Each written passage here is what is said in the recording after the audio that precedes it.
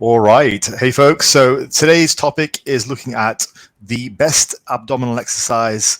And this is not a clickbait title. I genuinely believe this is the best ab exercise there is. And I'm going to explain my case for why.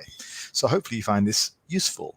Let's get straight into it. So I want to start with looking at the function of the abdominals, just from a sort of what they do, how they function in the body, rather than like specifically what their interrelationship with the organs. For the organs, they're used to just keep them in place. But what we're concerned about is what is their physical function.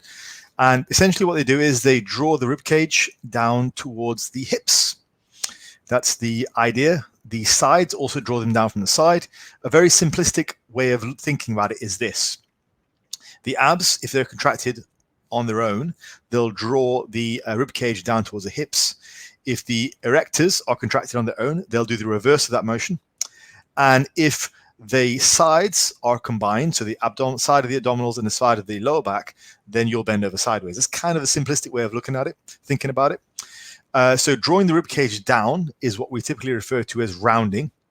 Like you hear that a lot in deadlifting. And the opposite of that, so contracting the erectors and drawing arching the body, is referred to as arching. So rounding and arching. Just bear those terms in mind for the sake of the video. So that is the function of the abdominals. Now, what makes an effective exercise? Let's just have a brief sort of segue into what makes any effective exercise. So firstly, it should replicate the function of the muscle. So let's take, for example, the squat. Okay. Now, the reason that the squat is such a good quad exercise when done correctly is that the prime function of the quads is to, one, extend the knee. And so with a squat, we are extending the knees. And then the glutes also extend the hip. So with the quad, the squat becomes a very good quad, and the squat becomes a very good quad and glute exercise, because that's basically what it does. In a squat, you're extending both the knees and the hips. So hence it makes it a very good exercise for that. Second thing is it does it while you're supported and stable. So this is one of the reasons why, if you are doing an exercise, you want to try and stabilize your body as much as possible. So for example, if you are doing a squat for the quads and the glutes, as mentioned before, you generally don't want to be doing it while standing on a Bosu ball or on a whatever else, like a skateboard or whatever kind of nonsense you see on Instagram, because we have tested this in laboratory studies, and the body produces less force if it's unstable and produces more force if it feels stable. So your brain will literally go, whoa, this doesn't seem safe. Maybe I don't want to push all the way out because it's not a good idea. So to make an effective exercise, second thing is you have to feel supported, you have to feel stable while doing it. And the third thing is you should be able to progressively load it heavy. That's the general idea. So those three things make for an effective exercise in general. So if we look at some common ab exercises that people usually say are quite good, and I want to just point out why they're not. So firstly, the common sit-up. So the actual full rounding, so the full range of motion in a sit-up of the abs only occurs at the top. And that's typically when the exercise is relatively unweighted, because at the top, you're getting closer to sitting upright, so the pressure's off. When you're near the bottom, you're not experiencing as much rounding of the abdominal wall because you're near the bottom, but that's where most of the pressure is. So most of the actual stress is at a position where you are seeing the full flexion. So you're not actually getting a lot of stress on the abs when it's in the full flexion position. So it's not the best ab exercise for that reason. Secondly, it is unstable if your feet aren't hooked on something. So that's the second thing. Most of the movement in this exercise comes from the hips bending from straight to bent. It's not actually that much in the abdominals. The abs act as a bit of a sort of isometric hold contraction in this exercise. So secondly, yeah, it can be unstable if your feet aren't hooked.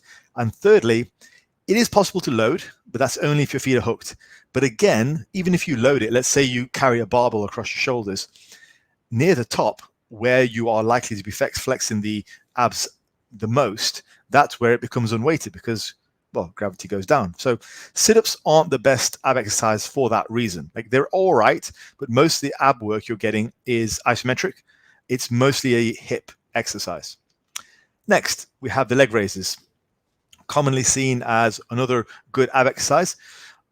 Here again, we see that we're not actually seeing a lot of abdominal contraction. Like, this guy looks great. He's obviously shredded out his brains, been doing lots of ab work, you know, and has gotten very lean, but that's not really a good advertisement for the leg raise as an abdominal exercise, because again, even at the topmost position, even if you're very, very strong, you're typically not seeing the same level of curving of the spine to allow that rounding to happen, to have a full contraction for the abdominals. So it's the hips again. So what would need to happen to make this an effective exercise is when you hit the top position, you want to try and curl your hips forward slightly.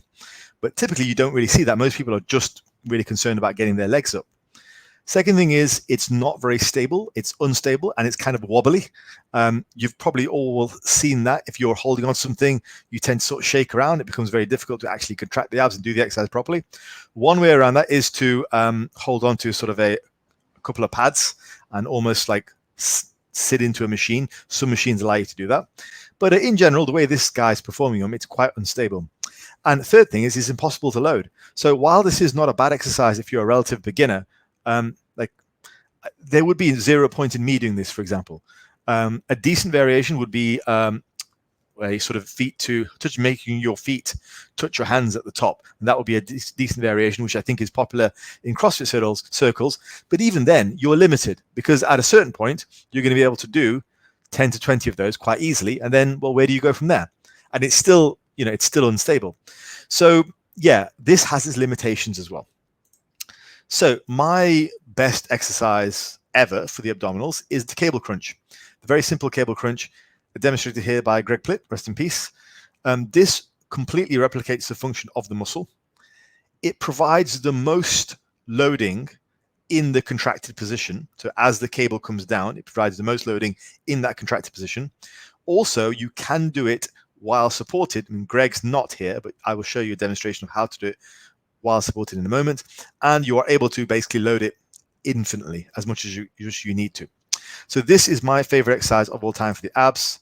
And here is a video of me doing the cable crunch. So if we see, I start here.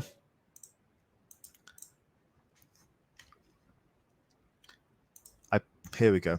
So where the contraction is, you see how rounded my back is there. So I'm drawing my shoulders, drawing my rib cage down towards my hips. So my back is rounded, and at the position of maximum load, I've got my abs crunched as hard as possible, underweight, and I'm also supported and stable because my butt is on this pad.